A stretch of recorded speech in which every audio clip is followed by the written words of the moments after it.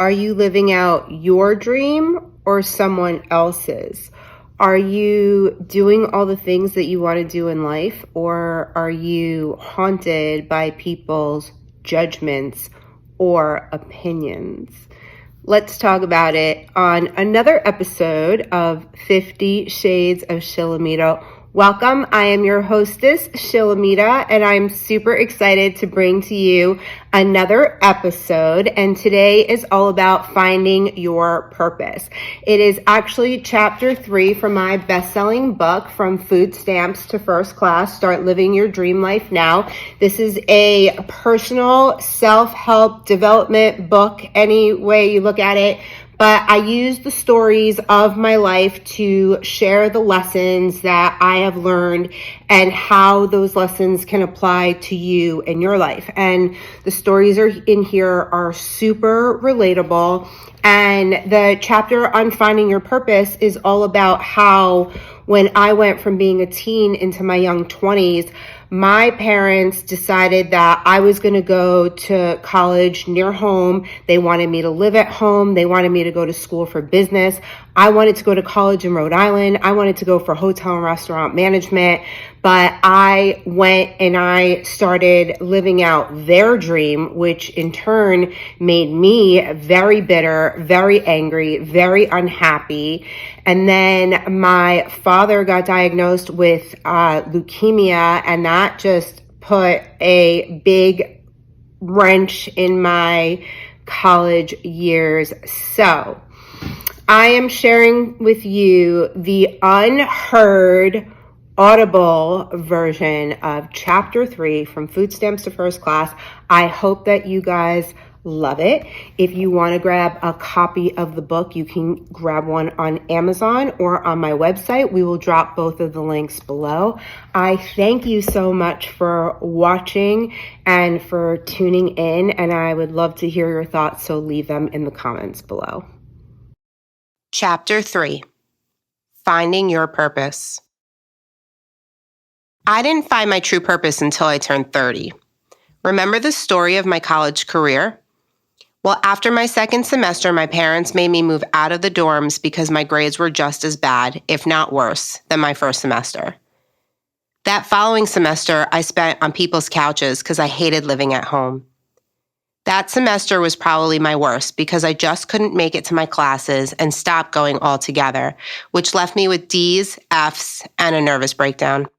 I hated myself. How was everyone else able to get through it? What was wrong with me? Maybe the fact that my dad was dying, or that I was the one blamed for it, or maybe because I was living out my parents' dreams and not my own. I dropped out of school that following semester and decided I needed to figure out what my purpose was. I was a pre-law minor and really thought I wanted to go to law school. But after my first year and a half of college, I didn't know if I would even be able to make it through law school. I worked for a lawyer for 4 weeks and hated it. When I returned to college, I knew I didn't want to be a business major or go to law school. Because my grades were so bad, I didn't have many options when it came to what I was going to be. It took almost 10 years after college, many jobs and careers, and a bunch of other schooling before I decided to go to acupuncture school. I knew I wanted to be an author before I wanted to be an acupuncturist, but I had no clue who would take me seriously as an author without having a solid, successful career first. When I made the decision to go to acupuncture school, it was a spiritual journey that I was on, not a passion for playing with needles. I had just finished massage school, which I was paying off through a payment plan, and 3 weeks in, I decided I couldn't do that for the rest of my life. When I sat down with the bursar and heard that acupuncture school cost over $55,000, I panicked. How would I pay for that? Whom would I even ask for help? No one in my family would ever give me a pat on the back for going to acupuncture school, let alone help me pay for it. I had already had 30 careers and spent a countless amount of money on schooling that I never used. And to boot, I was a single mom. If I had asked for someone else's opinion, they would have talked me out of it, showed me my track record, and convinced me that it was a waste of money. You know what I did? I told no one. I didn't ask for anyone's opinion, and I followed my instinct. Guess what? I manifested the money. Somehow I convinced the school to let me attend until the financial aid came through, which covered about 3/4 of the tuition. After that, I didn't pay them $1 until my third and final year. It was a few weeks before I would take my first board exam, and I was running out of time. My mom agreed to lend me a couple $1,000s, but I was still short. I prayed and prayed, was grateful, and then I got a phone call. The call was from my mom, and she said, "You are going to be getting a check for $7,400. Look out for it." Blown away and in total shock, I said, "Why? How?" She replied, "Your father opened up a mutual fund before he died in all 3 of our names, myself, my brother, and my mother, and the fund went bankrupt. So they are cashing out the account and the checks are coming this week." Oh my God, I actually manifested the money. That was exactly the amount I needed. I can tell you stories upon stories like this. Once you are awake and aligned in the energy, everything you need and ask for comes true. It was the best decision of my life. Not only did I make my money back many times over, but also now I get to help people every single day. I help them not only to heal, but also to create magic in their lives.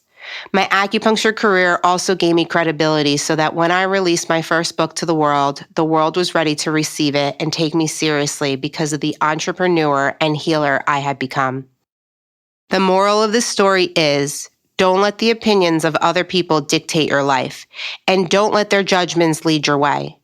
I knew that if I shared my ideas and thoughts of starting something new, that I would get the opinions of others, and it would not align with what I felt inside intuitively. If you really believe in something, go for it. Other people will try to control you because they do not have control over themselves. They can only do so if you give them the power to do so. Remember that. I opened up my first business when I was 21. I had no clue what I was doing, but I was employing my friends and having them work for me. It was awesome. Imagine what it would be like to make enough money to pay your friends. Believe me, at 21, I wasn't making that much, but I was making enough to survive on my own and pay for some part-time help. You should be doing this now in your life, starting a side hustle that will bring you enough money to hire someone to help you with your day-to-day, but we will talk about that later. Judgment will come up again and again and again, I am sure, throughout the next several chapters. I really want you to practice non-judgment and self-reflection. If you see yourself judging me or the others mentioned in my stories, catch yourself while you're doing it and send us love. Understand that our lives are totally different and we all have a different purpose in this life. Understand that if you want the things that you are reading about, those things can be yours. If you really open up and learn the lessons within this book, they will be yours. Practicing self-reflection means to really look within and ask yourself, why is this triggering me? What is it about Shilamida that I see within myself? What do I want to fix? What attributes can I change for the better? From this moment forward, I want you to commit to at least recognizing when you are judging or inserting your opinion where it does not belong. You should only offer an opinion when it's asked of you, and remember, your life is very different from other people's lives. What you think is best for you may not be best for others. I want you to get to an existence where other people stop ruling your life, where your focus is strictly on you. How can you become a better human being? How can you become a better mother, lover, and friend? Ask these questions instead of, why is he not, or how dare she? It's all about you. I am grateful I am the best version of myself. I am grateful I can ask for forgiveness. I am grateful I can tune into my inner guidance. I am grateful I am always being guided. I am grateful I am patient with myself. Thank you so much for listening. I love that you guys stopped by my channel. If this is your first time being here, please say hello. Let me know that you are here so that I can say hello and we can get to know each other.